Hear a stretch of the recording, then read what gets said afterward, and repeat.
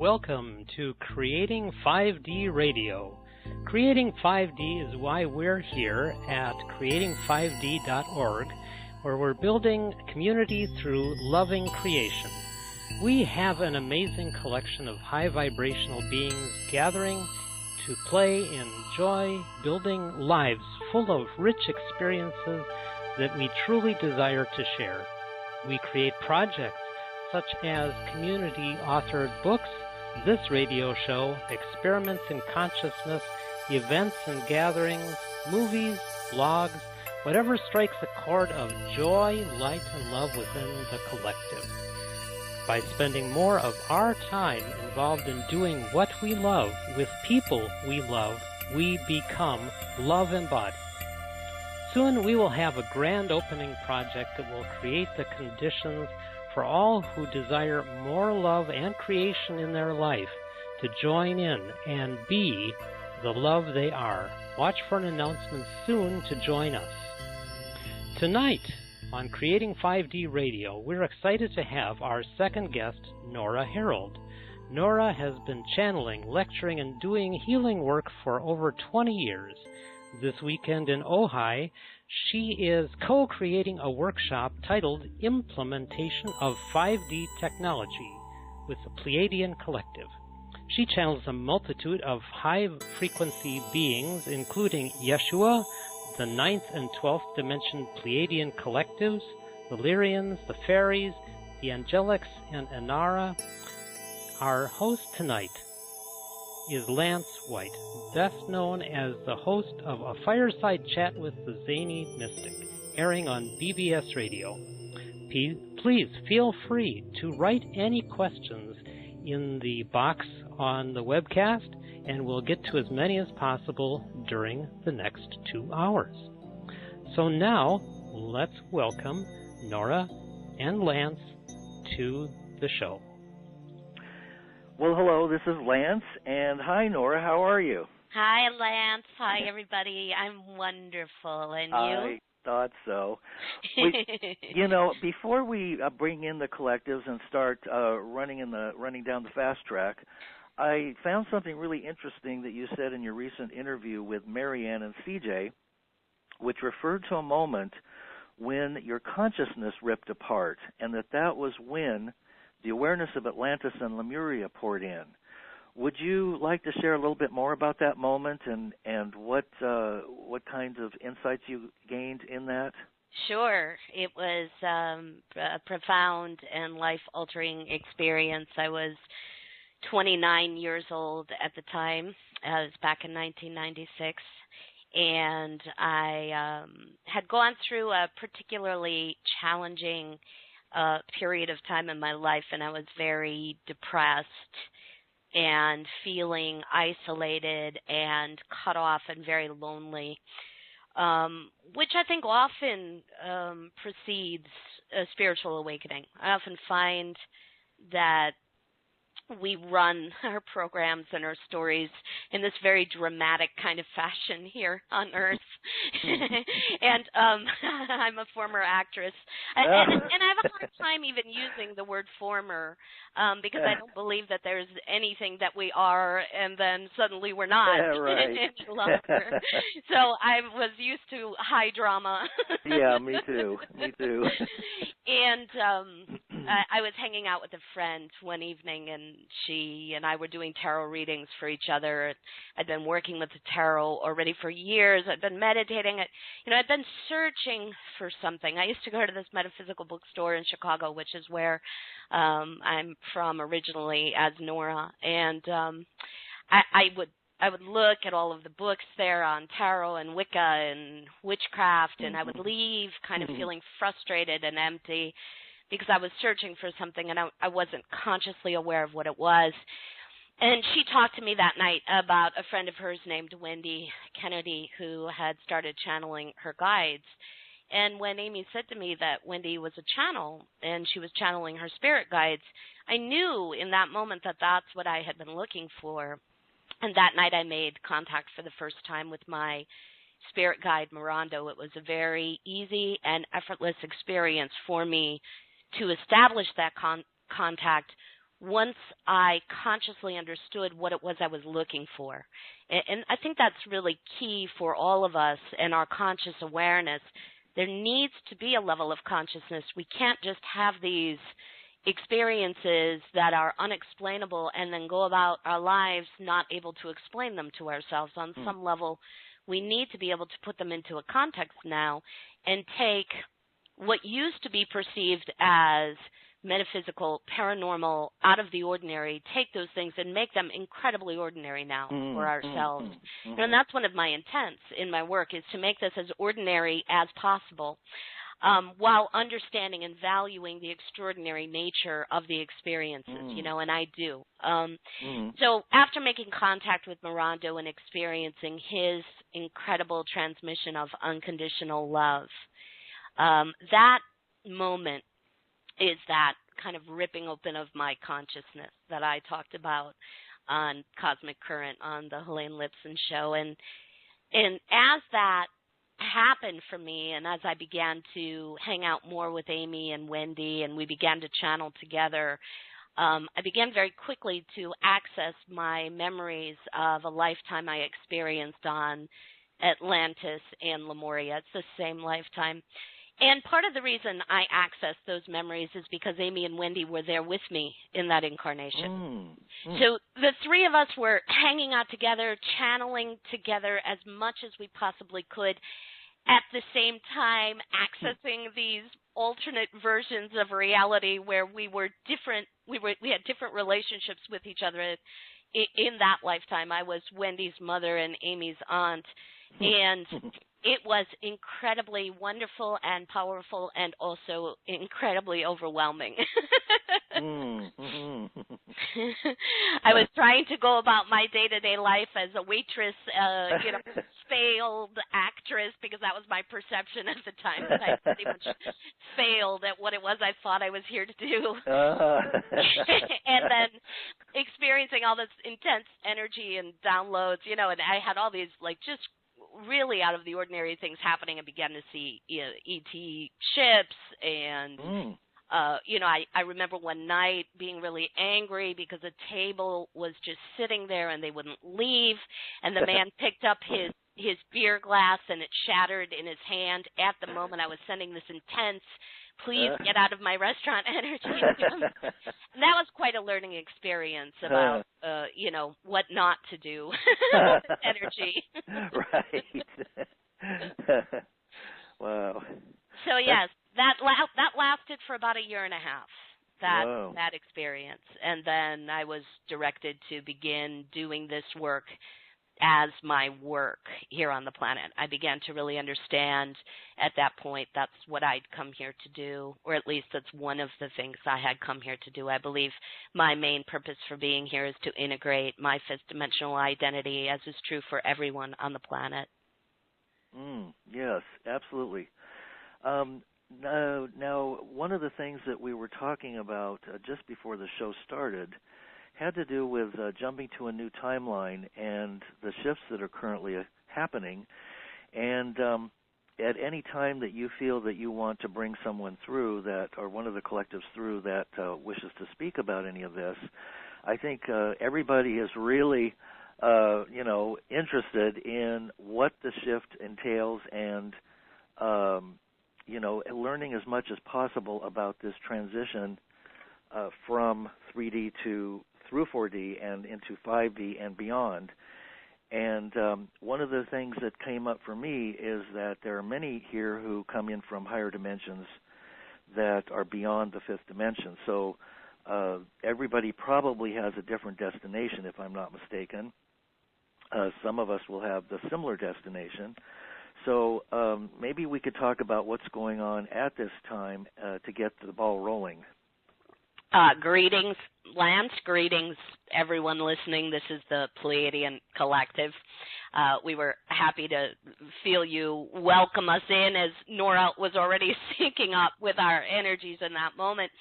And what you just did there, Lance, was you demonstrated one of the aspects of this new timeline you all have found yourselves on, and that is you are all operating as much more highly telepathic beings today than you were on April 24th. Take a breath, everybody, and we'll and all the other beings who come through will often remind you to breathe, because when we first engage with all of you, and that's how this works, all right? So we're not just moving through Nora's body and speaking through Nora. We are engaging also with every single one of you telepathically and energetically in the moment. It's the only way you can allow yourselves to receive channeled information. So every single one of you listening in this moment, every single one of you who chooses to tune in another moment, know that you'll be channeling yourselves. You'll be opening up yourselves to our vibration and our frequency. At the best of your ability, where you're at in the moment. And this is something we often find is very interesting for all of you, and you've commented on this yourselves, a lot of you.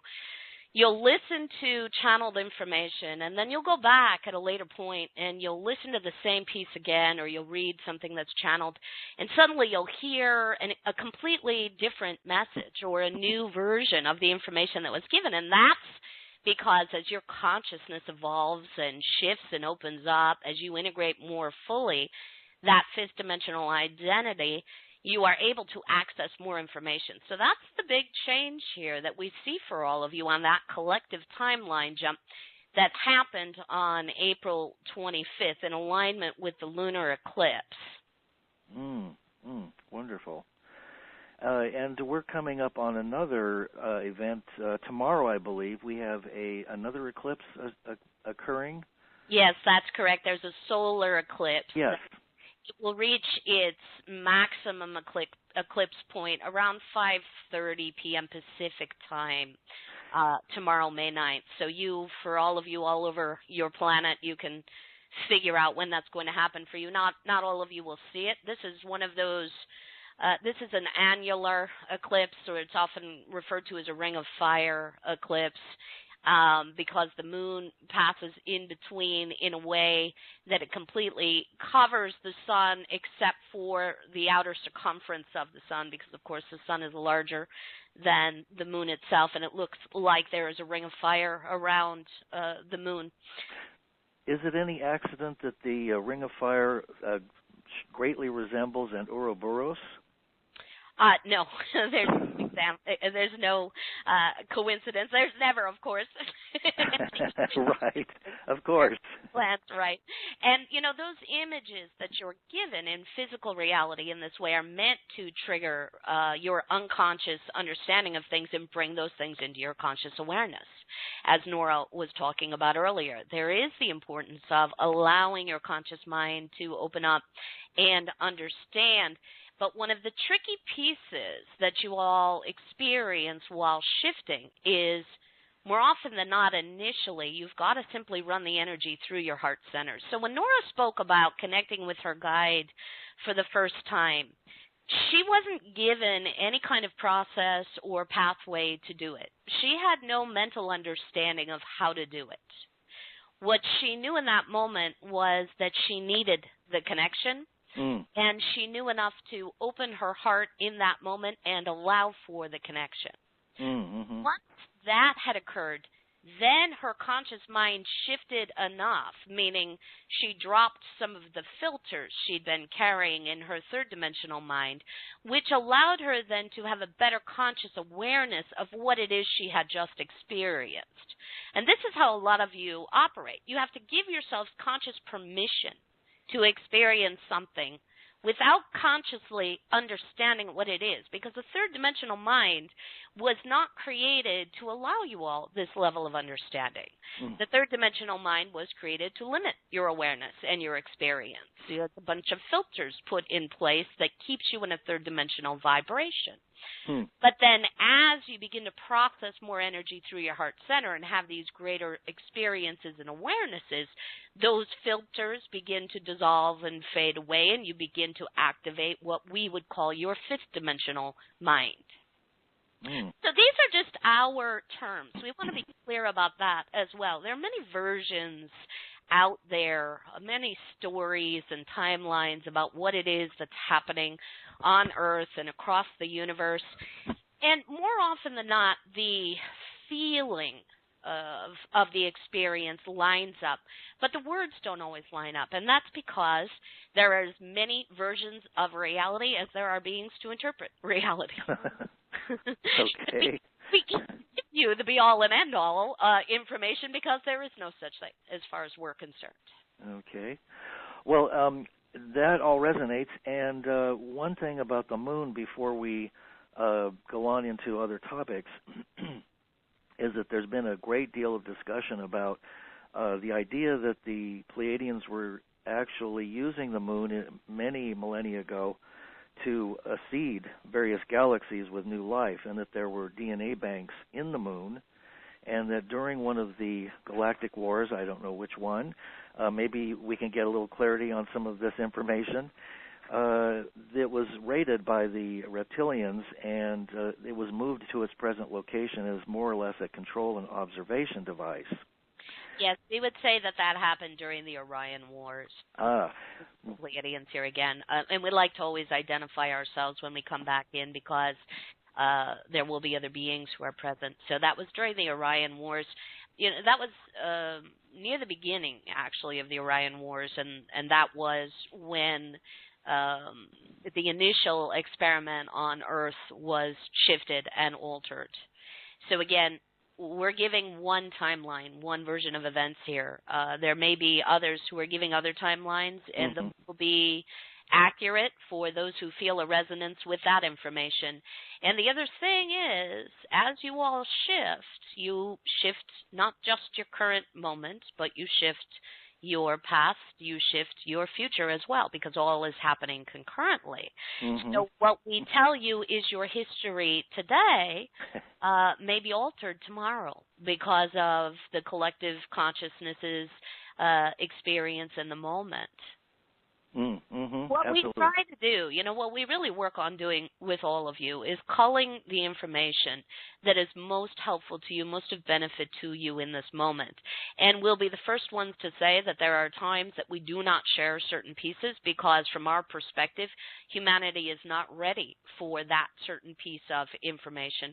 For instance, recently we've been talking with you all about the first Earth, the other Earth.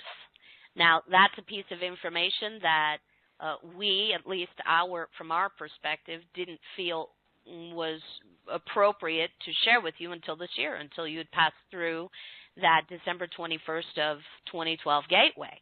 And part of the reason for that was because if you had heard that story earlier on, it would have triggered in all of you an even greater fear that you were on the verge of destroying Earth. There was already too much information out there, too much fear-based information out there with regards to that 2012, December 21st, 2012 date. So that piece of information was held back until you'd cleared that moment and were in a space where you could access your memories of Earth's destruction. And a lot of you are beginning to access those memories, the memories of Earth's destruction and the time of the Orion Wars. And as those memories surface, and they will surface tangentially with this solar eclipse you're experiencing tomorrow, and some of you will experience it on May 10th, as those memories surface, a lot of you may find yourselves not understanding this is what you're remembering. Because this is how past life memories and other experiential memories occur for all of you. You feel the feelings first of the experience, and then more often than not, you try to find a context in your current reality to explain the feelings.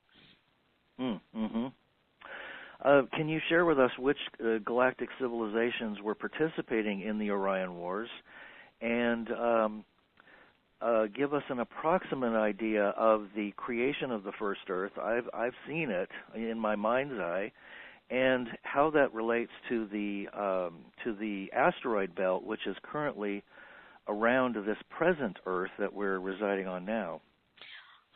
So as far as the galactic participation in the Orion Wars, pretty much every planetary system, some level. And it was what we would say, it was the darkest period of time in this universe. It was the moment where you all skewed the polarity. You took it out of a 50% split of light and dark and took yourselves, we all took ourselves into an experience where suddenly this universe appeared to be, and we say appeared to be because on some level, yes, of course, it's all just an illusion, appeared to be 75% dark, 25% light. And at that point in time, there was a call put out from those who were, quote unquote, holding the light, meaning consciously aware of the light, choosing not to engage in the war games. There was a call that was put out by those beings, and many of those beings were residing on Earth, on the first Earth, because they were not involved in the war. Those beings residing on the first Earth, those beings that we're calling and that you're beginning to understand were the first Lemurians. They were not involved in that war game. They didn't need to be, because they were third-dimensional beings who had activated and actualized their internal technology. So they didn't have the survival issues that many of the other planetary systems had. And the Lyrans were acting in part as their protectors. So the Lyrans and the Lemurians had developed a friendship. The Lyrans were involved in the Galactic Wars at that time.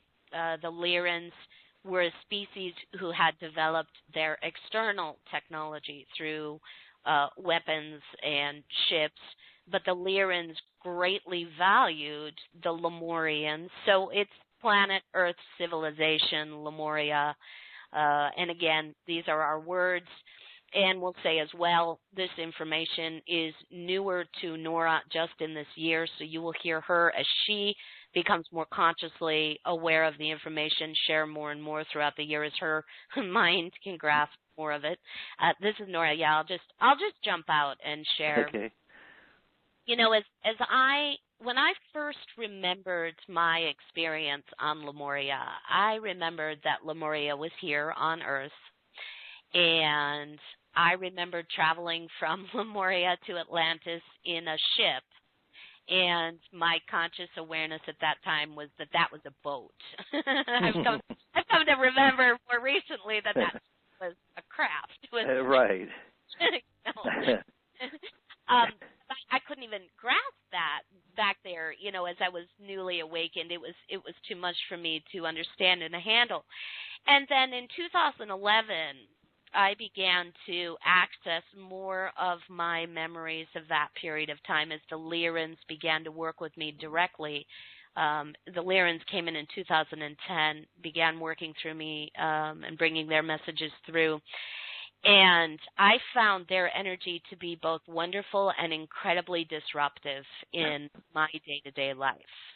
As I began to access the information of my experience, the fuller information of my experience at that time, my personal life became more challenging. And I found myself And John, my partner, I call him my husband. We're not legally married, but we've been together forever.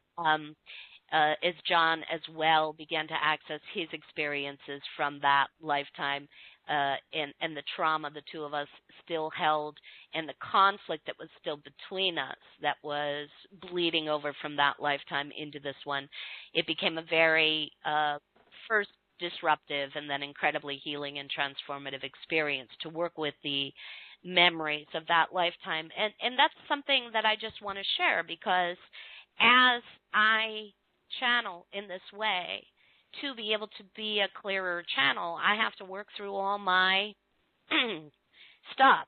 Mm-hmm. Right. It was another word there, but we're on the air, so I'm not sure about what language is fully appropriate in this situation. That stuff, Yeah, exactly.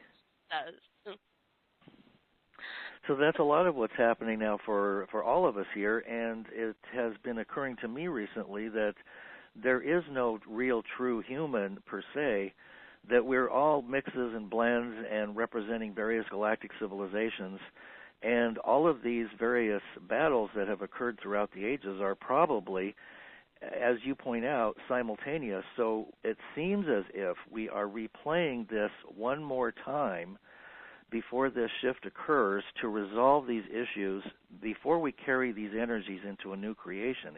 Is that accurate? This is the Pleiadians here again, yes.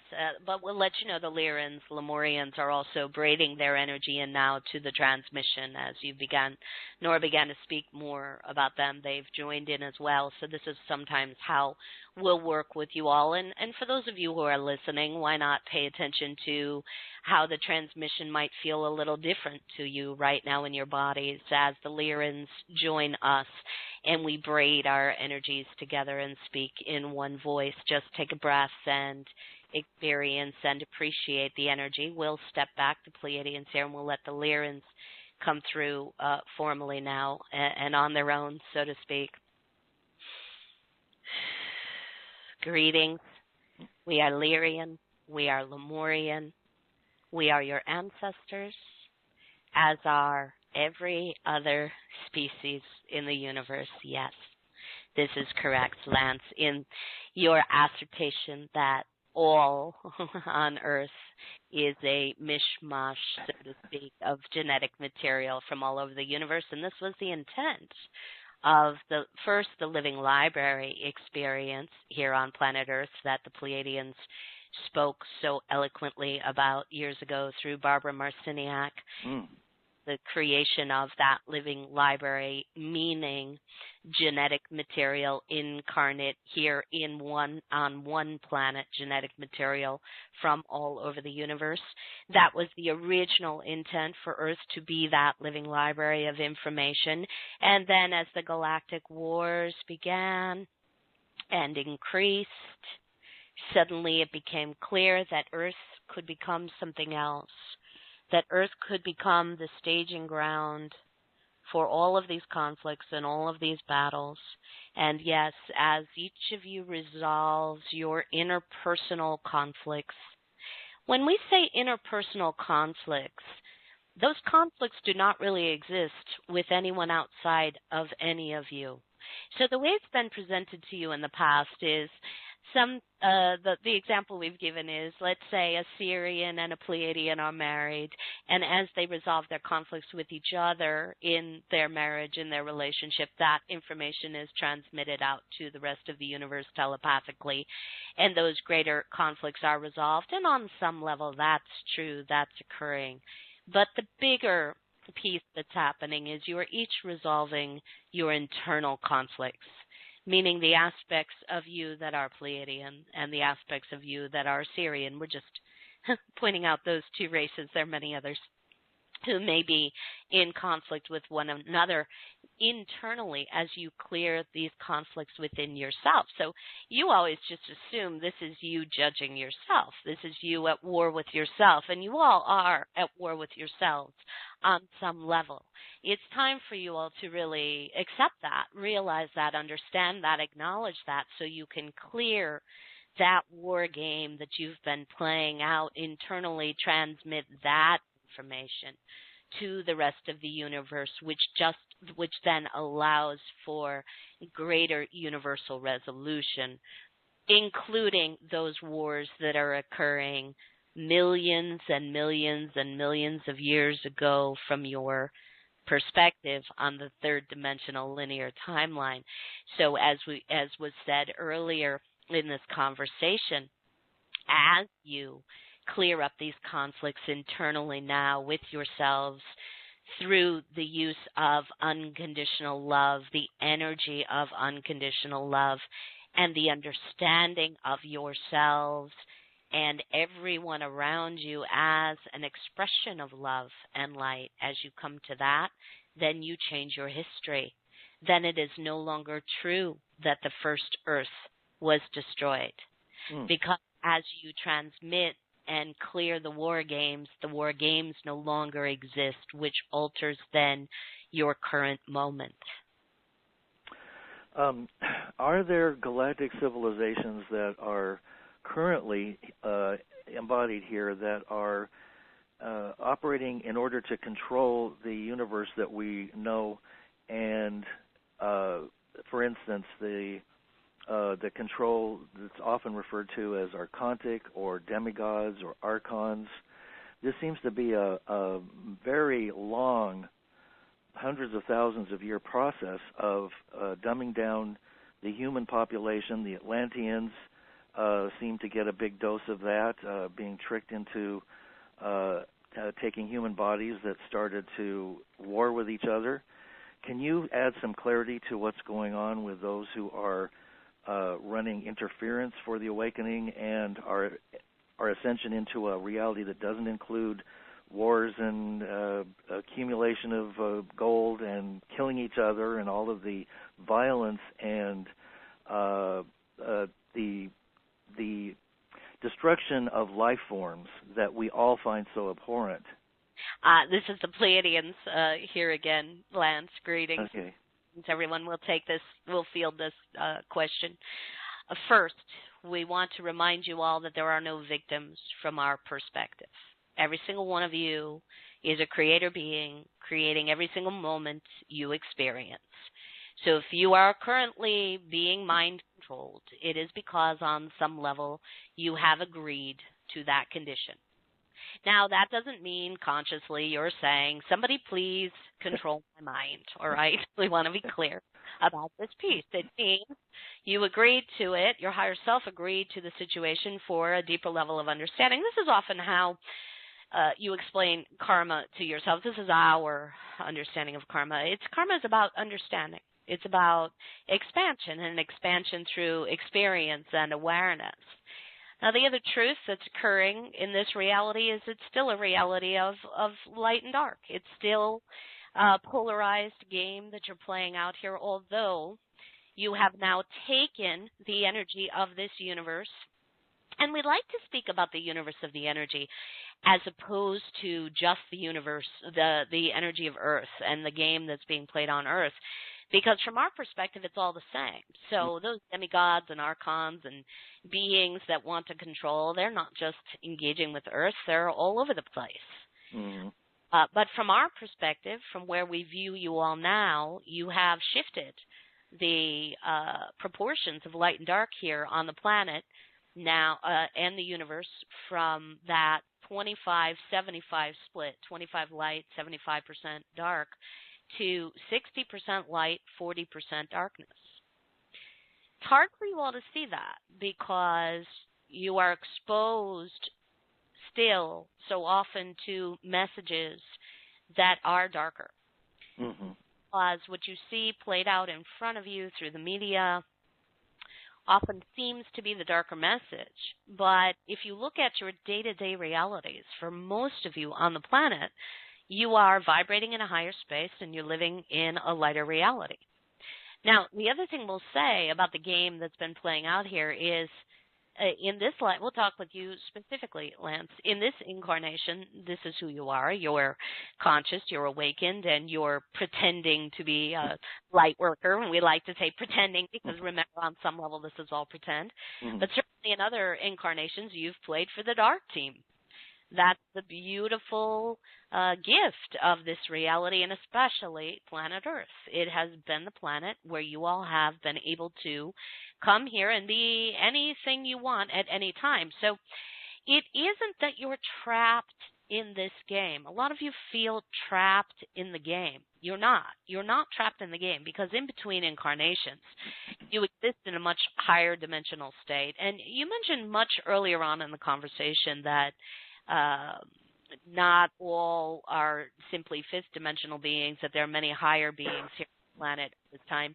We would say that every single one of you are the highest vibration possible. That's how you begin your experience as a being. You begin with source energy at the highest level possible, at the highest vibration possible, and then separate yourself out. And more often than not, you work from the top down. You spend first in the higher dimensions, because frankly, those experiences are much easier than a third dimensional income.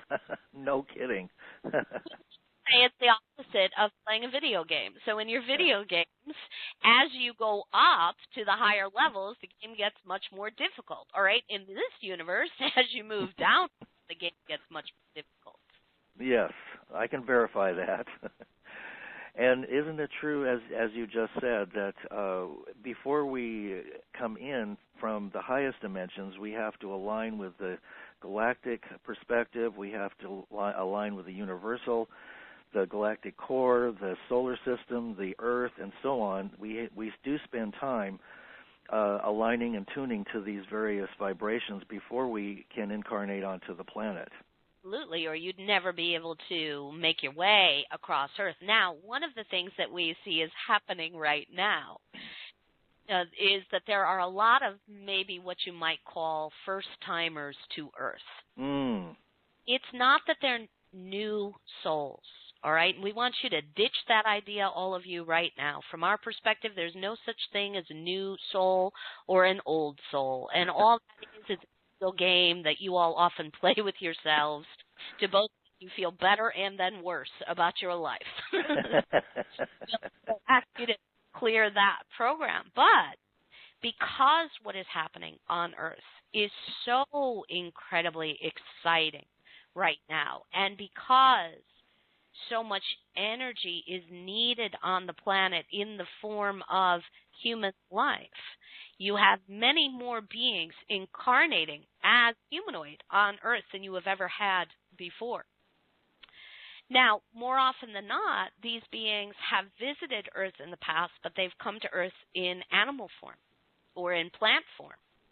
So when we say there are a lot of newcomers to Earth, it's not even really that they're new to Earth, it's that they're new to being humanoid. And for a lot of people who have visited Earth many, many times as humanoid, you find yourselves typically getting very frustrated by these beings, these other humans around you, because you think to yourself, don't you know what it is to be a human on Earth? Stop. And frankly, the answer for a lot of them is no. And what's really required of you, those of you who get it, who really get what it is to be here, to connect with others as a humanoid from your heart, to be a being of compassion and love, to experience generosity, instead of choosing to feel frustrated by the behavior and actions of those other humanoids, we'd recommend you extend them more compassion, love, and guidance. So this is Nora. That feels like a very good and practical piece that we can all put into play. I mean, I can certainly reflect on my own judgments as they talk about that. Absolutely. Now, what about a lot of people are concerned about those who are not operating within this density, who are running interference for the shift into higher dimensions. And concurrent with that question, what about the idea that we are becoming extremely densified, that this is the process that we're going through? We're going through the greatest density, knowing that we were going to have our DNA snipped, that we would be operating with less than a full deck of cards. and being subject to chemtrails and GMO foods and the rest of it, all the other stuff that people talk about. So what is the process of reversing or going through the black hole, so to speak, and coming out the other side? What does that look like? And go ahead. From our perspective, it's all about aligning with the energies of your higher self in real time, in practical 3D reality, meaning, okay, so we'll get more specific about what that means. The integration process from our perspective is this. There are two versions of every single one of you right now. We're simplifying this, so we'll say there are two versions. There is a third-dimensional version of you, and there is a fifth-dimensional version of you. The third-dimensional version of you is what you're referring to as your ego identity. It's the name that you probably were given at birth.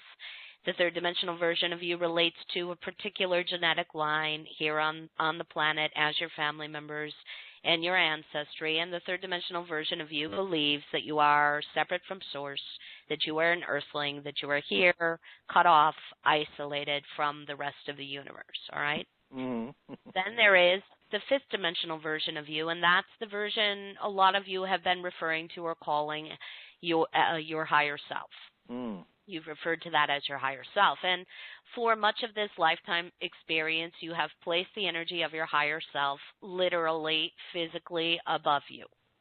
So we often see for a lot of you who had earlier awakening experiences, you began to interact with your higher self, and you saw your higher self as a being who existed in a higher dimension somewhere above, physically above you. All right.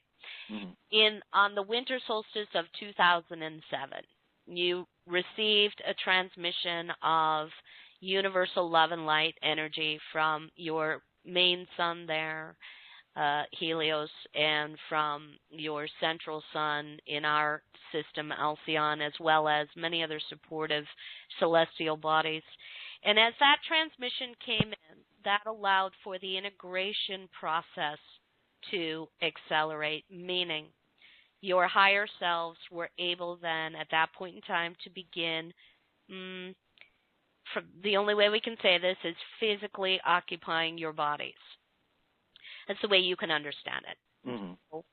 For some of you, it felt at that period of time like a bit of a takeover was occurring, and you began to see things really shift in your reality then in 2008 and 2009 as the integration process accelerated. And a lot of you integrated very quickly and very easily into your upper chakras all the way down through your heart center. It's very simple for you to allow the energies of your higher self or your fifth dimensional identity to really work through the physical body, because you've done so much preparatory work in your energy work, your meditations, your shifting of your consciousness, your clearing out of some of your third dimensional mind's limitations, opening up to your psychic abilities, your intuitive abilities, your healing abilities, and your awareness grew, and then you began to integrate into your lower chakras, beginning with 2008. In 2008, a lot of you suddenly began to re-identify with your bodies in a very visceral and emotional way. So we were talking with you about this earlier, actually, before the show tonight, that there's a big difference between an intellectual and a theoretical understanding of reality and then an emotional and visceral experience of that understanding. And that's what began to occur for all of you in late 2007, 2008, 2009, 2010. You really worked on shifting your identities, and a lot of you at that point in time cleared out much of your childhood trauma. A lot of those programs you had carried with you throughout this incarnation, you felt those experiences no longer identified you. A lot of you began to feel as if what you were doing for work was no longer your identity, and this is true. You are, all of you, universal beings of light and love. That is your identity, and that is your value.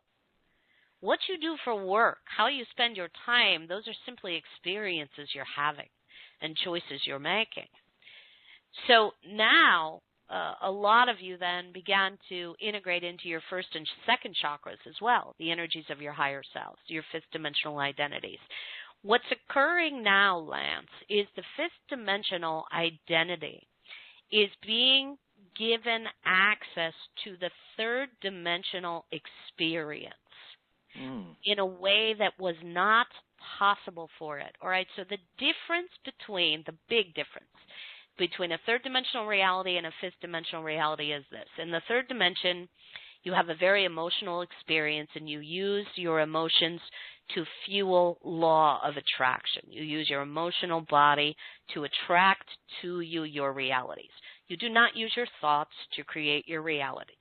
All right? You can use your thoughts to understand things, but it is your emotions that has been your main attractor, that has been that magnet for all of you. And that's why a lot of you have found yourselves frustrated by law of attraction, or you say to yourselves, I'm not doing law of attraction right because I'm thinking I'm rich, and all of it is lack. Well, you're experiencing lack because on some level you are feeling poor or undeserving.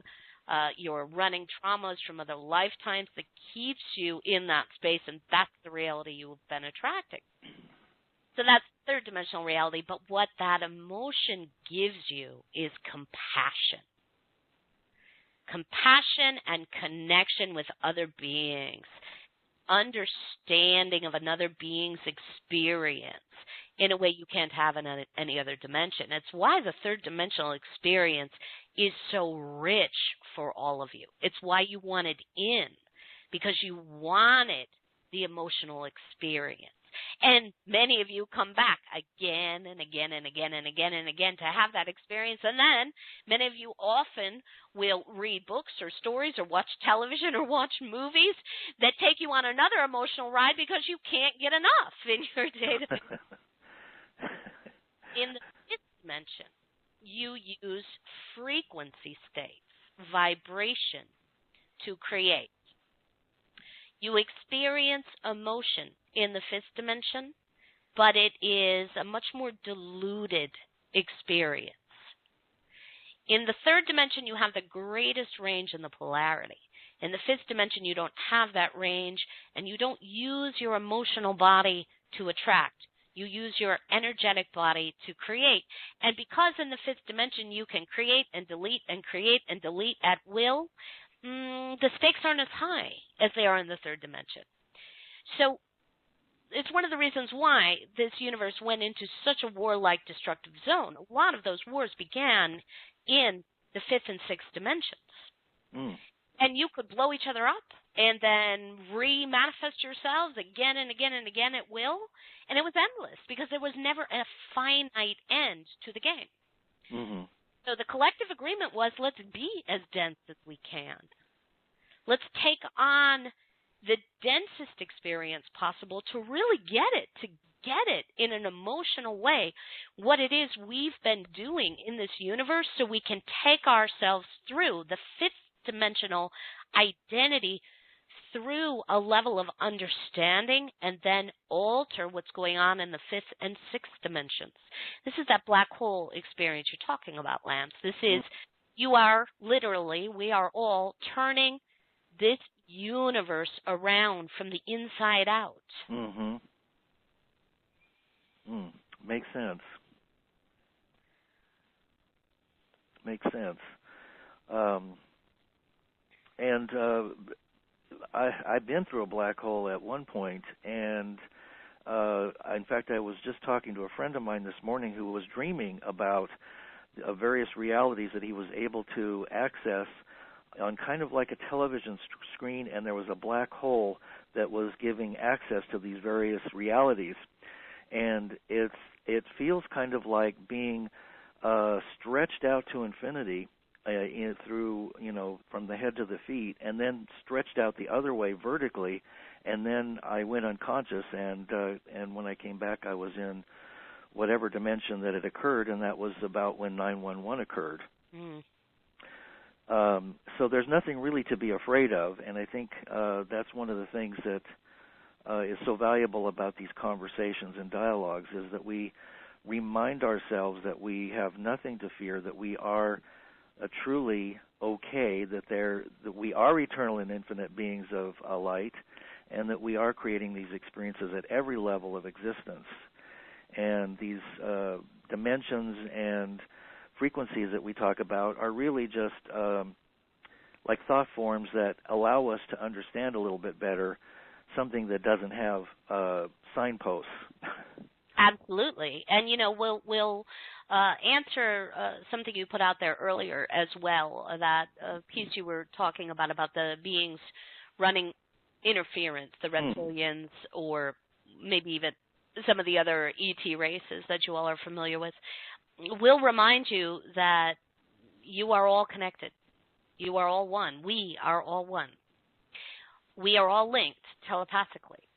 So if you're sending out transmissions to those beings that you believe are the bad guys, and those transmissions are comprised of an energy that says, stay the F off of my planet, all right? You are not welcome here. You are shutting them out. You are shutting them down. You are inviting the war. Instead, our recommendation is to send transmissions of unconditional love and light, and to remember that that thing outside of you that you are at war with is really an aspect of yourself. Go back to your internal war, your internal battle, your internal struggle. Be more unconditionally loving with yourself. We want to talk about fear for a second as well. It's important for you all to give yourself permission to feel your fear when it arises. We see too often you'll want to try and couch your fears or what you would call your darker or uncomfortable emotions in love and light, and then all you've done is covered up that emotion or that fear with love and light. Our recommendation instead is that you give yourself permission to fully access the feeling in the moment. The fear always is, if I feel my fear, I'm going to manifest that which I'm afraid of. No, you're much more likely to manifest it if you repress it, because as soon as you repress the emotion, the energy wants to go elsewhere and it will manifest physically outside of you. This is how law of attraction works. This is, again, why a lot of you feel like you haven't been very effective at law of attraction. We would say you are all experts at law of attraction. You can't be anything but an expert at law of attraction, because that's the law you've been playing with in the third dimension. You are never not playing in law of attraction in the third dimension.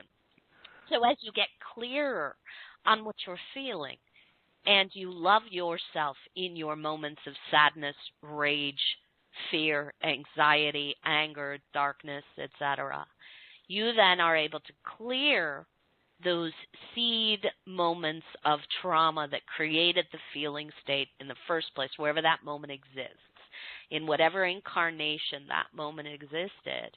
And as you do that, you then clear it completely from your field, and suddenly you find you are more able to consciously direct your manifestation process. Well, that makes me remember the quote that Bashar keeps putting out there, one of my favorite channels, Daryl Anka, who calls us the masters of limitation. And that's truly, truly true. And that's that third dimensional mind that we speak with you all about, and we'll remind you, you gave yourself this mind for a very particular reason. If you had unlimited access, you would take yourself out of the third dimension. Mm-hmm. Right. Absolutely right. This is Nora here. One of the things that they've often said to clients who've been processing abduction experiences or ET experiences, when, I have clients and people I've talked with who have said, well, why don't I remember all of this? The Pleiadians have said, because if you had conscious access to all of those memories, your life would become about dealing with that experience, and that would take you in a completely different direction, and that's not what you'd incarnated to do. This is the Pleiadians here. Here's one of the other things we'll let you all know. One of the best ways to help yourselves remember, at least remember unconsciously, that you are not really an Earthling, is to have experiences with other ET beings. So it is more likely, for all of you listening, that you have had encounters with ETs than unlikely, because you wanted the experience to help you remember you were different, not just of Earth.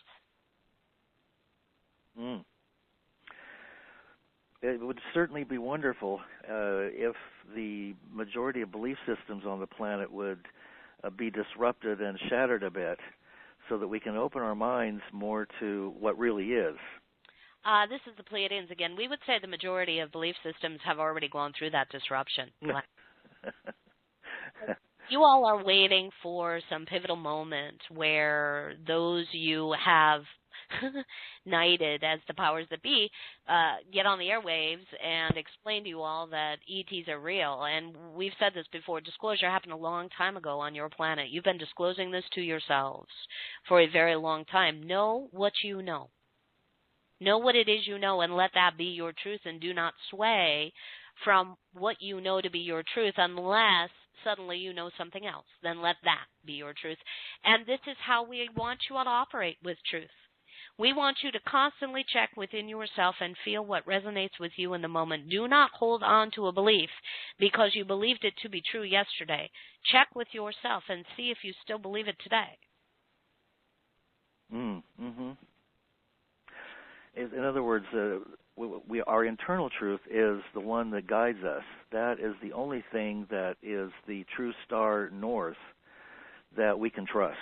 Yes, and you can't claim that you want to be sovereign, universal beings of light, and then at the same time need for a power outside of you that you call your government to tell you the truth.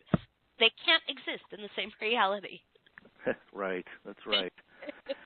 Well, one of the things that comes up is living in this polarity and the extreme duality that's been created to, further separate is what is going to become of the hidden technology that could really liberate the planet from so much suffering that is about 100 years or more advanced and kept in private hands and government hands. Kaliandra here. Yeah. Hi, Kaliandra. I think I'll be visiting with you for just a moment here, and then you'll hear from me again. Oh, good. So we feel the most important thing for you all to focus on is getting in touch with and awakening your internal technology. Don't let yourself be distracted by the need for those external advancements in technology. Instead, work on your own internal technology, meaning your own intuitive abilities, your psychic abilities, your telepathic abilities, your teleportation abilities, your telekinetic abilities, and you have all of these things inside of you, stored inside of you. This is how we operate in the fifth dimension. I am fifth dimensional. I am what you all refer to as fairy. And what you'll all find as you further your own integration process is suddenly you have access to these abilities yourself. Then you can allow external technology to manifest that will be a reflection of your internal technology. One of the reasons why you set the game up this way, yes, this is what we say, you set the game up this way, is because on Atlantis, the external technology began to exceed the internal technology, and that created a separation between the male and female energy. It ripped apart the male and female energy during the period of time you all call Atlantis, and that is the number one reason that continent sank. Yes, there are other external forces that came in, but they were all simply responding to that split in the male and female energy, or the yin and yang. We prefer actually yin and yang, because when we say male and female, you still are way too attached all to the ideas of men and women and male and female bodies. We're talking about an energetic exchange between the yin and the yang, the passive and the active energies. So you have not allowed these kinds of external technologies because that is not what you incarnated this time to do. You incarnated to upload your internal technologies. Then you will bring in external technologies that are reflective of the mass consciousness.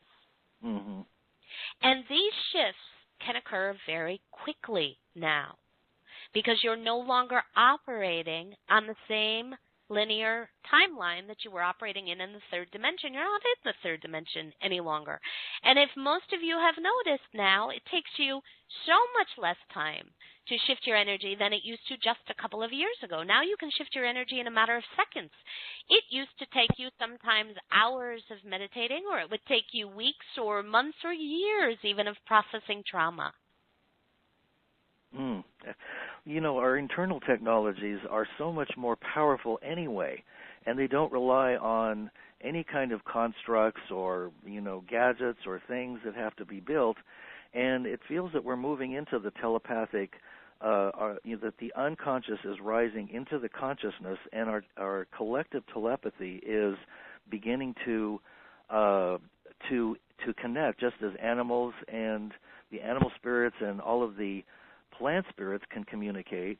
We seem to be the last on the list to join the collective and be able to communicate with one another, and that solves a multitude of problems. Yes. Such as transparency and communicating with the fairies and the divas and elementals.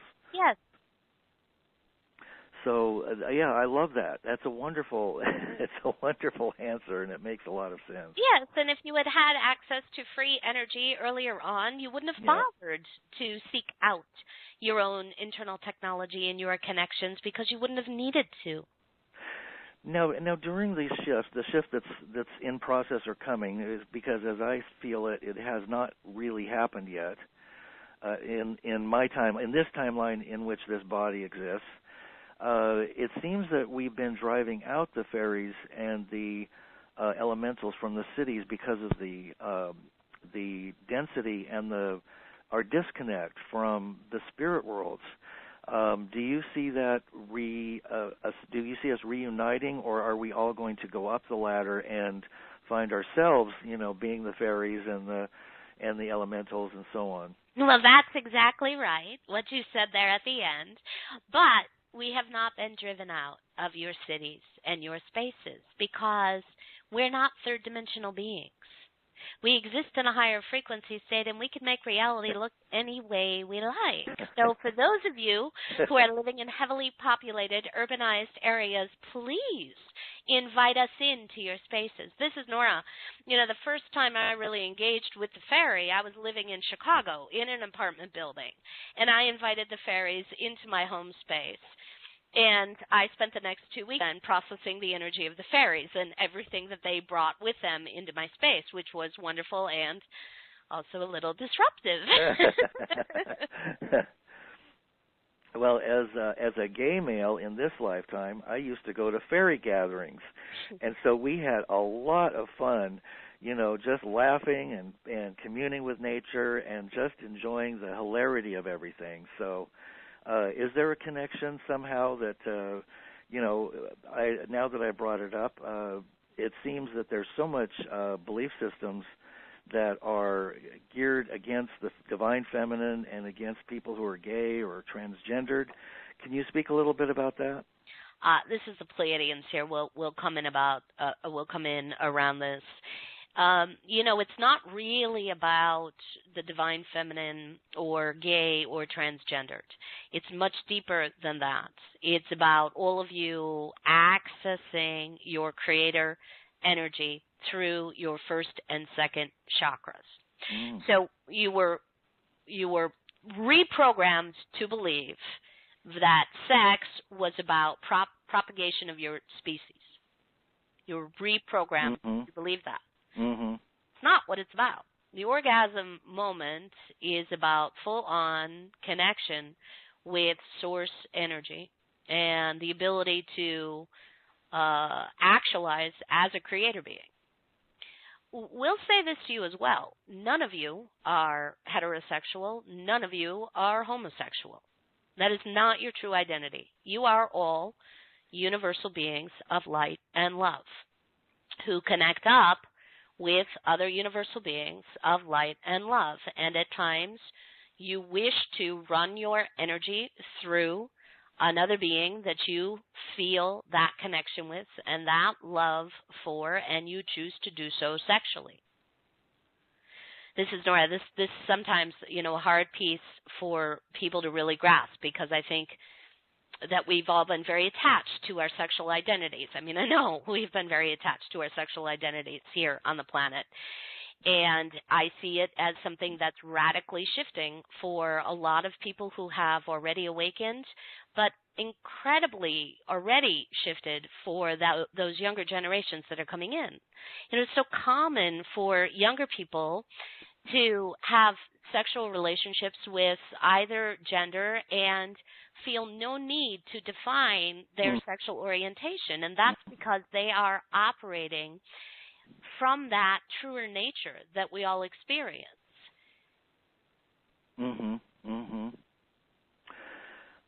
Before we get to take a break, because I know that we're just about to do that, it seems that everything is in some kind of embrace or sexual/sensual communication with everything else, down to the atoms and quarks. And everything is exploding in a kind of an ecstatic union at some level. Maybe one of the collectives could share a bit about the evolution of sexual relations in the higher densities and how we interrelate in those areas. Golly, Andre here. I'll come in here on this one as a fifth dimensional. So the first big shift is, for all of you on the planet now, you're reminding yourselves to stop running your connection to source energy through another person. That's what you were using sex for. You were using sex to get to God and get your understanding of yourself as God. Yep. So right now, your work, all of you, is to have sexual experiences with yourself, and as you orgasm, feel yourself as source energy. To do that, that means you need to really be having a sexual experience with yourself, which means we're going to ask you to refrain from fantasizing about another being. This is going to be very challenging for a lot of you because you all believe you need certain things, images, experiences to get you off. You don't. You don't need any of those things. Those are just habits. They're beliefs.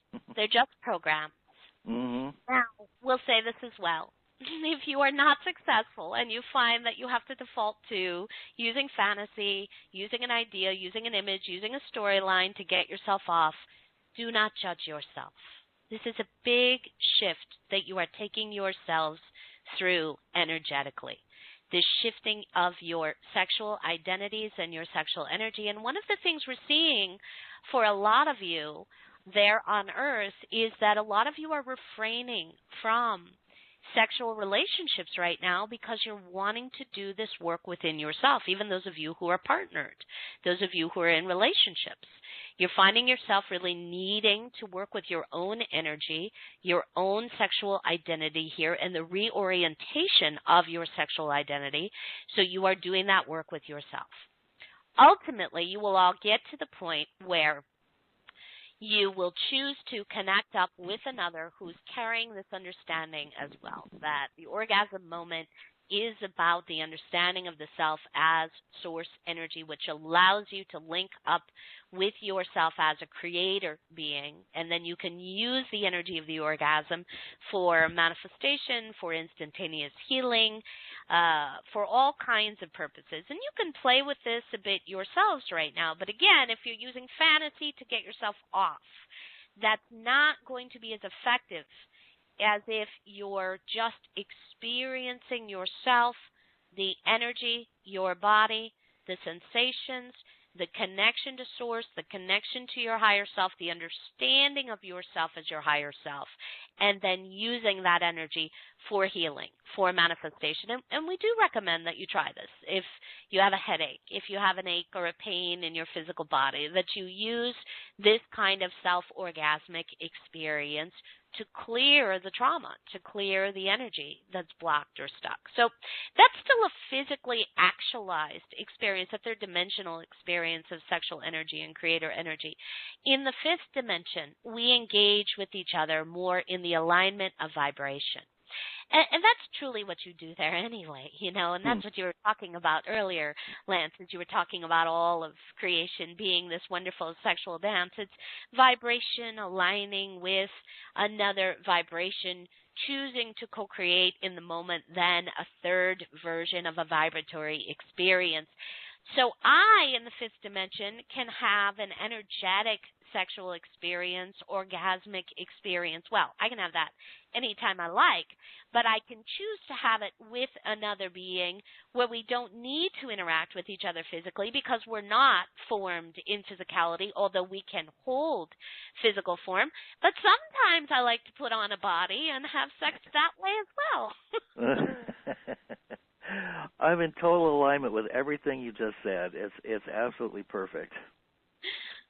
Absolutely perfect. And in addition to what you said about fantasizing, I would say even more, one of the things to add to that would be any kind of pornography or external stimulation, that whatever comes through is pure sex energy, and it just allow it to vibrate and tingle and go through your whole body. And I think that's a wonderful approach, and it certainly resonates here.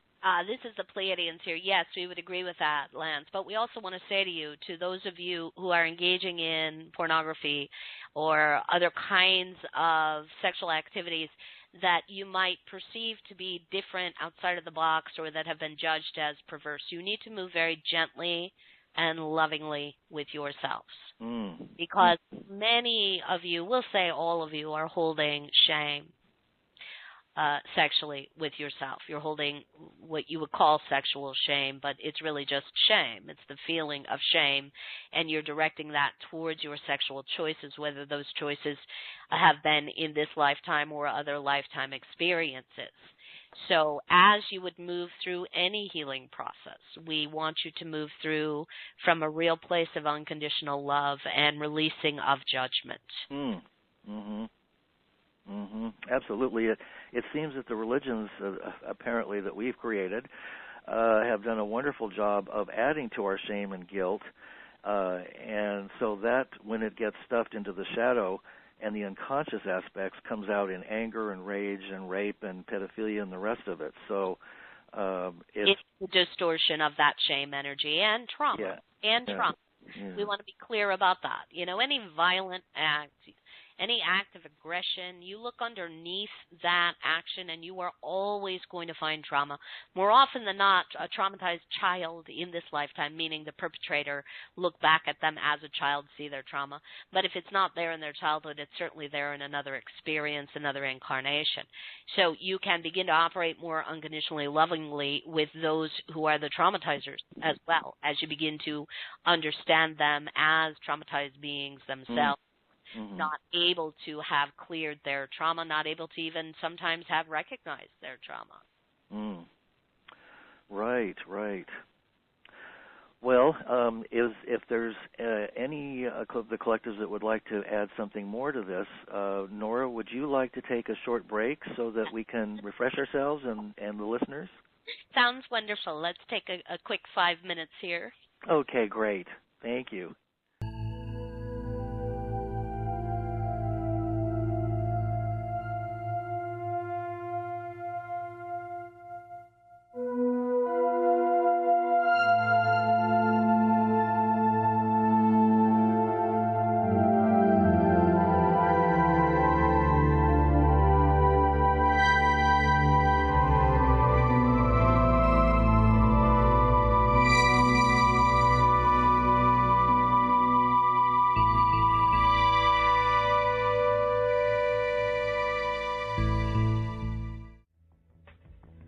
Had happened long ago. So the original Earthling, the 12-stranded, brilliant, bright Earthling had already been eliminated, and what had remained was the 2-stranded, double-helixed Earthling, and the Lyran Lemurian hybrids took those Earthlings and did genetic experimentation with them until they could create a hybrid species of the 3 lines, Lyran, Lemurian, Earthling.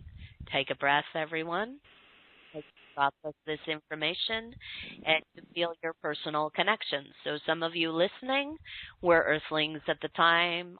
Some of you were Lyran, Lemurian hybrids. Some of you were Lyrans. Some of you were Lemurians on the first Earth who were destroyed during that experience. But all of you listening participated. because any who are drawn to this information are drawn to it because you want to know this piece of your history. So over time, the Lyran Lemurians were successful in their genetic experimentation and were able to integrate their genetic material into the earthly line here on the planet, and then there was that new hybrid species that was created. And then the reptilians got wind. The reptilians learned of what was happening and set out to return to this planet. They had left this planet. They had come in, taken apart, disassembled, scavenged what they could from Earth, and left.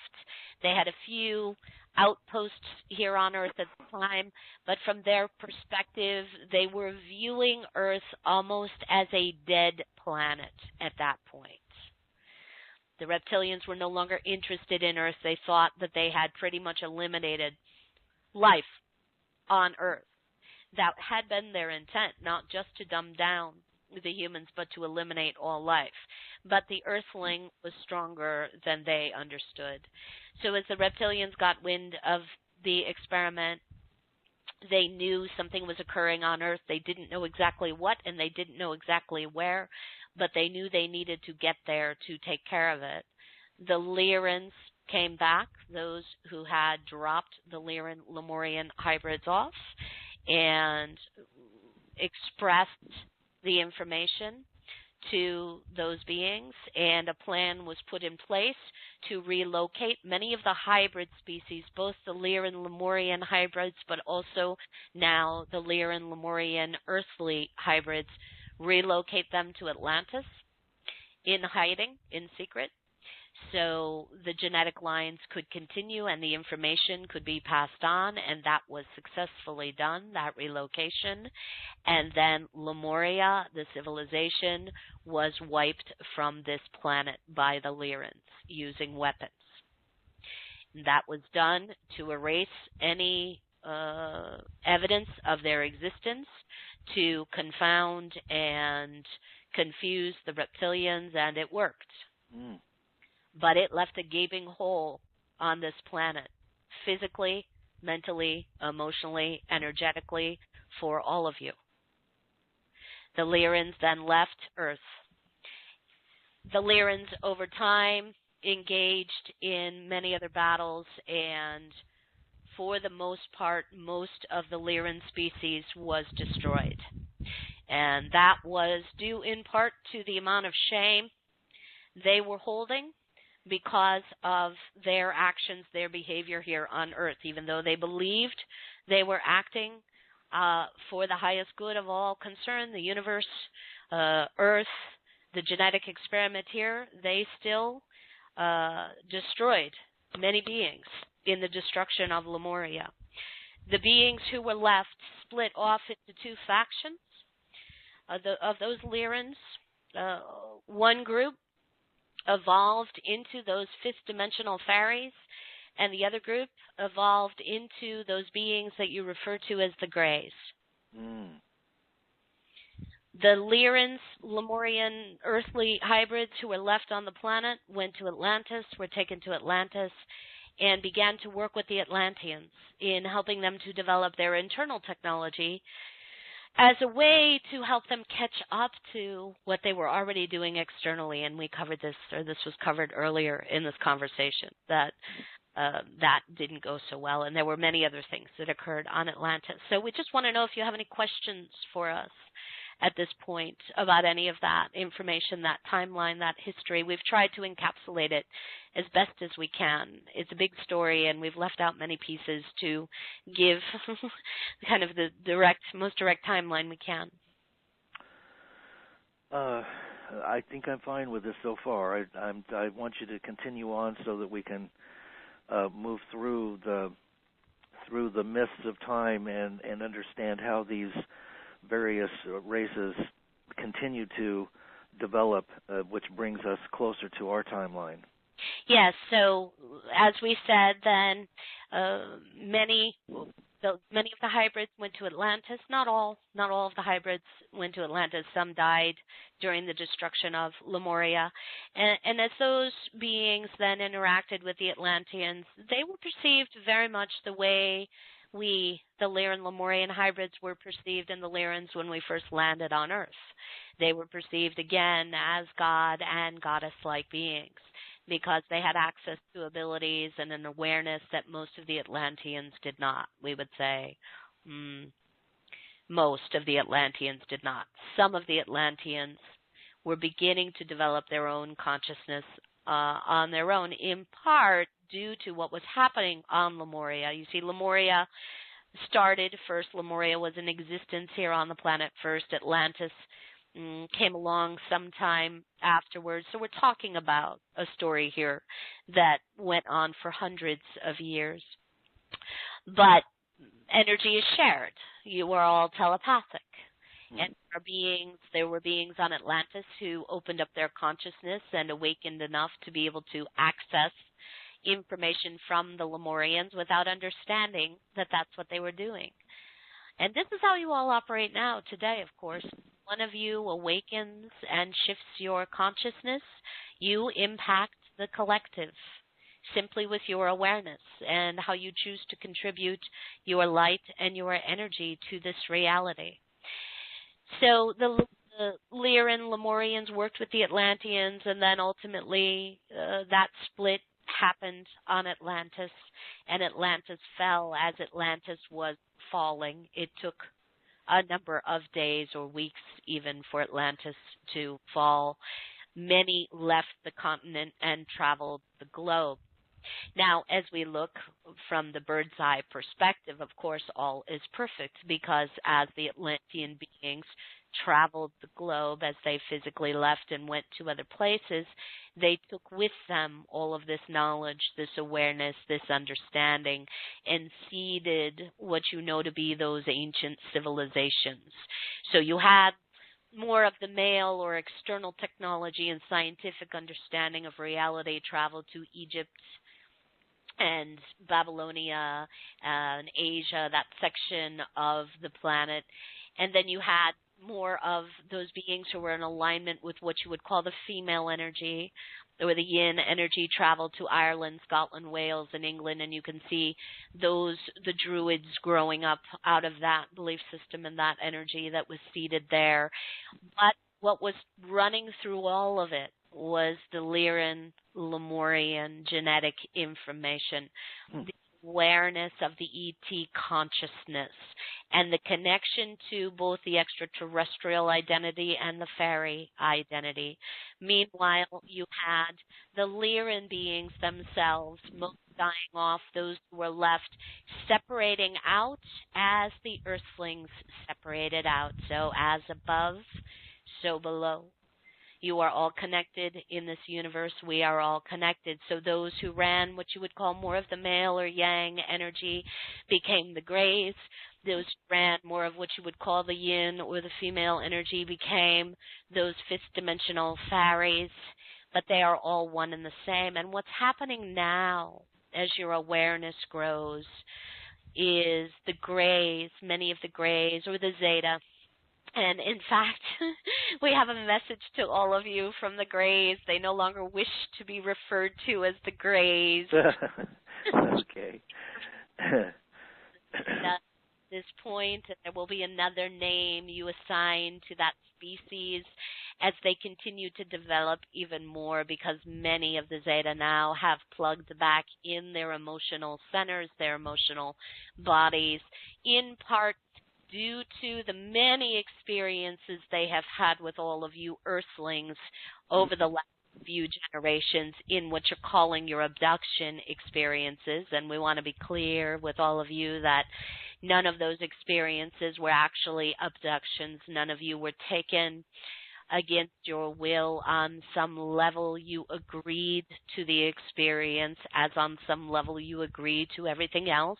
And for many of you before this incarnation, it felt like a great idea to help out those beings who you consider to be family with the repropagation of their own species, because the Zeta were dying out.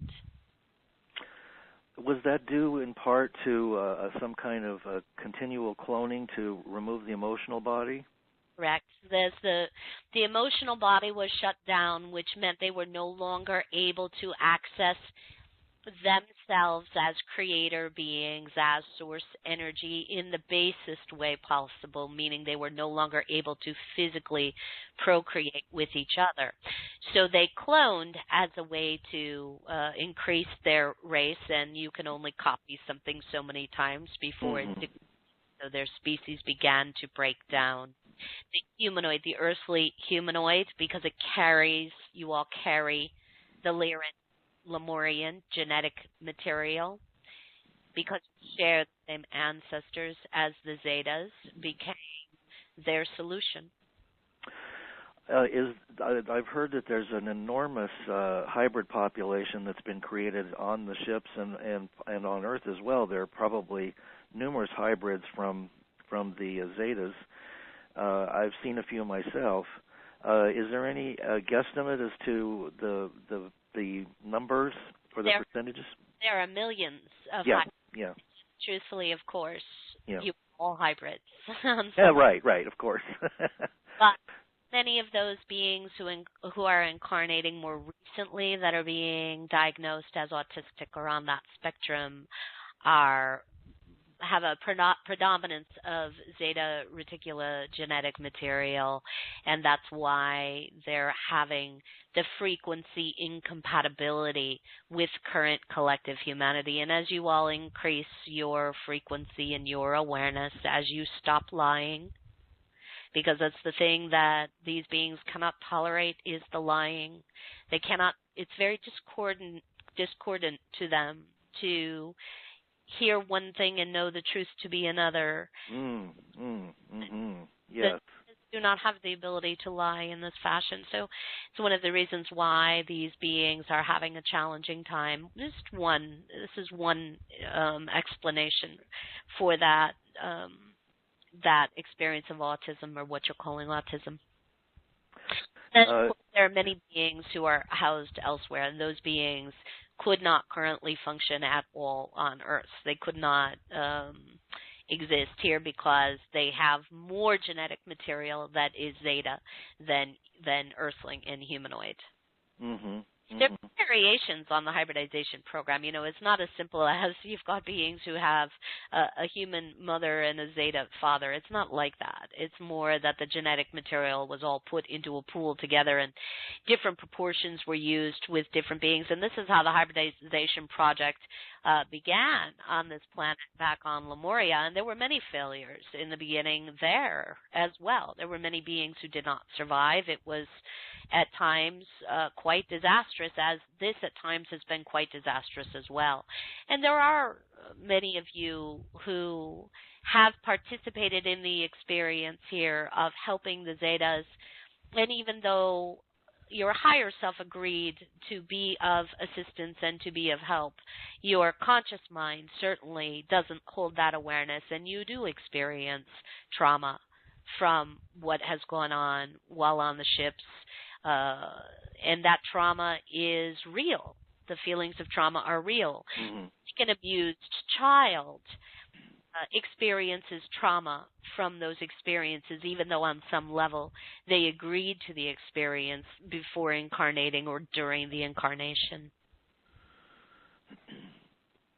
It seems that the Zetas have expressed a certain amount of concern from some people for the state of the planet, that they're absolutely horrified, as any sentient life form should be, with what's going on here, and the degradation and the manipulation of the the life. Is that something that are they being more gentle at this point? Are they going to be more open? And how is all this going to shift into our immediate future? And then in conjunction with that question, what happened to the reptilians, and who are the major bloodlines that are running the planet at this moment? This is the Pleiadians here, so we'll come back in to help you out with these questions and this information. So yes, the Zeta are being more gentle, for the most part, with all of you. Not all of them, certainly. There are still Zetas out there who are still operating purely as intellectual beings who have no emotional understanding whatsoever of what it is their behavior and their actions are producing here with the Earthlings. But there are who have awakened and have reconnected with their emotional bodies, who are running that level of compassion and concern, yes, for the Earthlings and for the planet. We wouldn't say that they're horrified necessarily, because they have a greater universal understanding. They have come from warlike experiences themselves, and that in their own history, their own genetic line. So remember that anything that's going on Earth has happened elsewhere in the universe and is happening elsewhere in the universe concurrently, either in this timeline or other timelines. So there isn't that level of judgment. And there's also an understanding that for the game to play out the way it needs to play out, for you all to integrate your higher selves and move through reality in this way, there can only be a minimal amount of interaction and or interference. So for a long while, Earth was what we've called under quarantine, meaning most species could not interact directly with all of you. One of the reasons why meaning physically interact with all of you, one of the reasons why the Greys or the Zetas could is because you share bloodlines. You have that karmic history with each other. The same is true with the reptilians. So when you ask who the bloodlines are, we don't want to get into names. We don't want to get into families. We don't want to get into any of that any longer, because all that does is cause you all to feel enslaved. True. I want you all to remember that you are all universal beings of love and light, and if you're not, we'll use one name. If you're not a Rockefeller this time, well, you certainly have been at another time.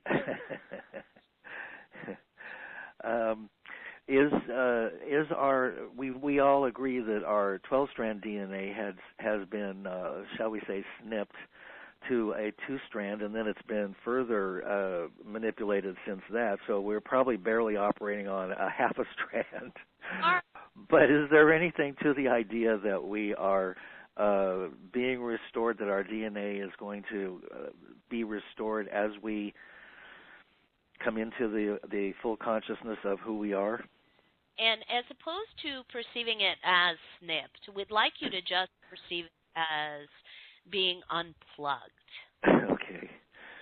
Because unplugging something, it's much easier to plug something back in than it is to repair a cut or a tear. Yes, nice. You were just unplugged. And all of those extra strands of DNA exist in your bodies. You all know this. You've all heard that scientific term, junk DNA, and of course that's what your dimensional scientists will say when they can't give it any other language or can't explain it.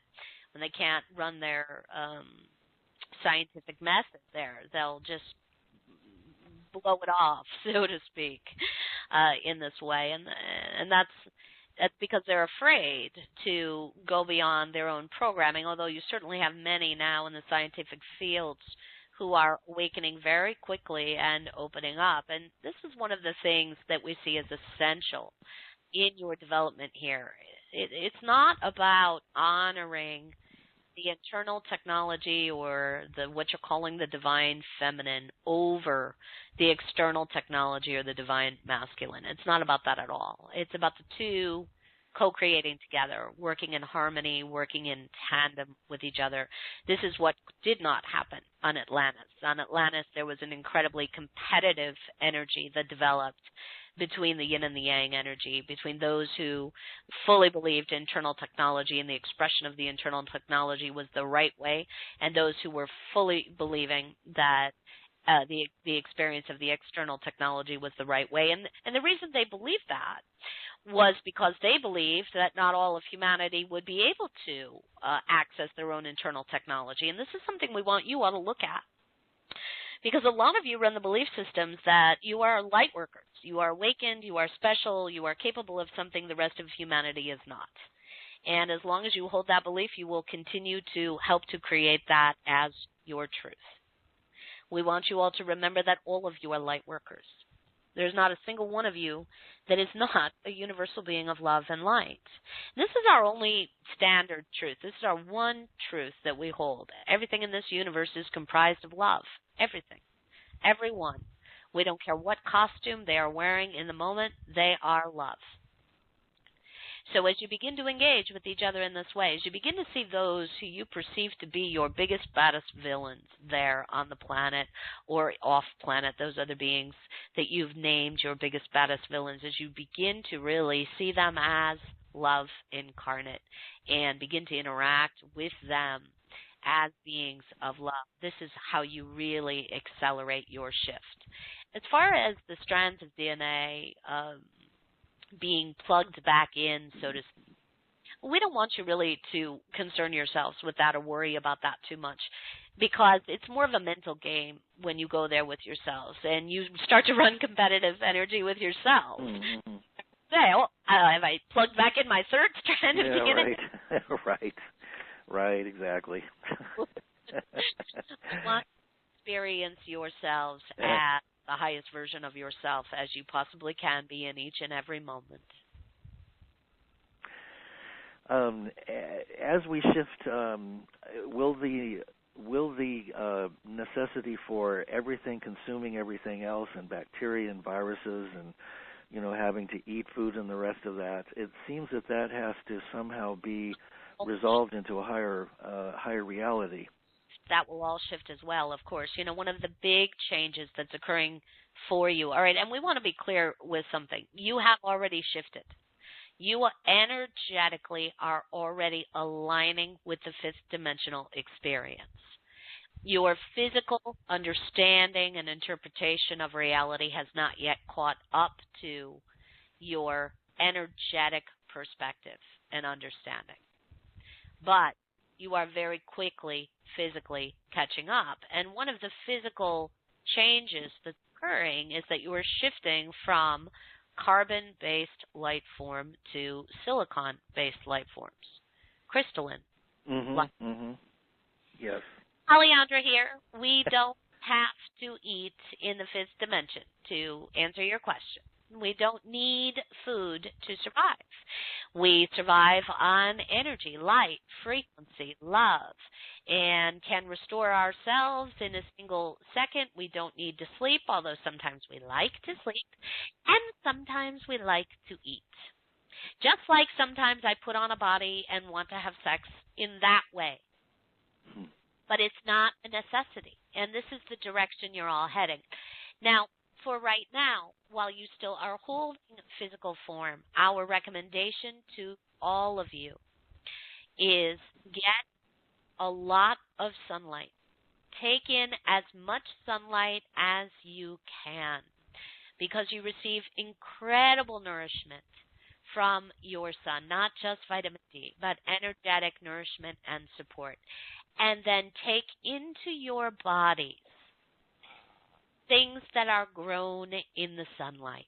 Experience sunlight in that way as well. Dine on the highest vibrational food sources you possibly can in the form of what you eat, what you drink, what you look at, what you read, what you listen to. Everything you take in, all information feeds you. So this is something we want you to be aware of as well, because a lot of you get caught up in reading things that take you into conspiracy theories and very dark paths. Then you are just feeding yourself a diet of fear. That's wonderful.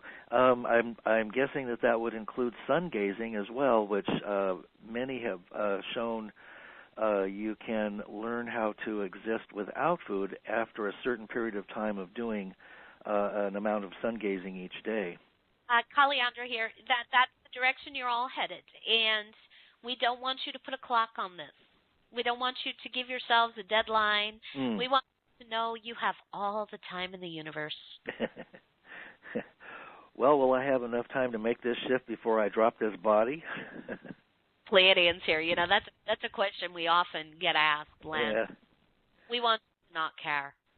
Because as you shift your realities, as you shift out of linear time, you can easily have this body anytime you want. What we hear in you, what we feel in you, what we feel in all of you, in fact, is sometimes still a fear of death. As much as you know, you all still fear that process, not what happens once you cross over. That most of you are very clear on. It's the actual physical breakdown of the body that scares you, that feeling, that experience. So what we'll say to all of you is really give yourself permission to feel that fear, as we said earlier. Don't repress it, don't deny it, and don't need another version of reality. Don't become attached to another version, because that's just you not dealing with your fear. Then, as you deal with your fear and as you clear the underlying issues that are there that relate to that fear of the death process itself, it becomes more likely that you won't experience the death process. Wonderful. Wonderful. How do the various collectives relate to source of creation beyond all the gods and demigods and polarities? And do you work with the idea of some kind of higher or divine plan unfolding in all the dimensions and beyond that? Did I get enough questions in that one sentence? I know, this is Nora. I completely disassociated there as you were but first part of that is Lance. Give me the of that question again, would you please? Okay. This would go to all of the collectives. How do you work with the idea of the source of creation or the source energy, and does that relate to some kind of higher plan that's unfolding here that's most likely? Well, we'll say that we relate to source energy in that all is source. All is an aspect of source. However, from our perspective in this dimension, in this universe, there is a 13th dimension that is source energy. All source energy, all go to that dimension to experience being fully encompassed, fully engaged with source. There's no understanding of separation. Is there a divine plan? That's what we hear you asking. Mm-hmm. Yes, divine plan, but it's not created by some big being in the sky called source. The divine plan is your creation. It's our creation. It is a collective creation here in the universe. We're all participating in it, and that creates it. Correct. Okay. It's a very hard piece for a lot of you to shift because you were so religiously programmed in this lifetime and many other lifetimes to believe that God is a being outside of you. Right. And the idea that we could be that God and are that God and you are that God and that we're all participating in creating all of this together. Yeah. And that it's a co-creative partnership and collaboration, that is a difficult thing for us to comprehend. And the reptilians are God. We'll say that as well. The reptilians are God. The archons are God. You know, all is an expression of source. And on some level, this is just all a game. Because from that source energy perspective, when you are in that 13th dimensional perspective, all is love. And then on some level, this is all very real. Of course, just like your lives. Mm-hmm. How do the angelic realms play into all this? We didn't get too much of a chance to go into that. And two of the angelic realms that seem to be mentioned the most are the Elohim and the Nephilim. Or do we need to go down that road as far as labels go? Nora, I think we don't need to go down that road at all. Okay, good. My understanding of the angelic energy as we're experiencing it right now, within every single dimension you can find the angelic realm. There is not a separate dimension that is carved out for the angelic experience. It's why our interactions with angels have been so accessible and in some ways accepted by so much of humanity more than any other kind of interaction. Yes. Many have brought through the information that we have an angelic team or guides, an assembled group, let's say, the collectives that we've been talking to, and beyond that represent a team that we work with, and we may not be conscious of it, but that is always accessible to us. And I think a lot of people are starting to ask the question, how do they learn how or begin to connect with their inner team? Yes, this is the Pleiadians. You know, we'd like for this to be the wrap-up for this experience with all of you, because connection is key. So we're going to tell you that the way to connect is through the breath and the opening of the heart center. All of you right now, every single one of you, are surrounded by beings of another vibration. They are in your space with you in this moment. And as you breathe and feel into your heart center, you can give yourself permission to begin understanding, recognizing, perceiving these connections. And it's as simple as giving yourself permission to do so. Because this is not about developing a connection, creating a connection, drumming up a connection. It's about recognizing a connection that always exists, that's always been there. Well, wonderful. All I can say to that is thank you, Nora, and thanks to all who shared with us today, and our other selves and our partners and those seen and unseen that work with us. This is the Pleiadians here. We love you. We love you. Love you. We love you all, as do the Lyrans, the Faeries, Yeshua, all those other beings who are contributing. And even though their names were not spoken, there were many other beings contributing their energy in this conversation today. So we'll remind you again, you don't need to go through Nora or someone like Nora to access us, to access your angelic helpers, to access your guides, to access any other beings. You simply need to go to your breath, go to your heart, feel the connections. Okay, this is Nora. Thank you so much, Lance and Kevin, for having me on. Larry, I just want to mention you. Thank you. And Anelia for connecting with me in the way you did so beautifully.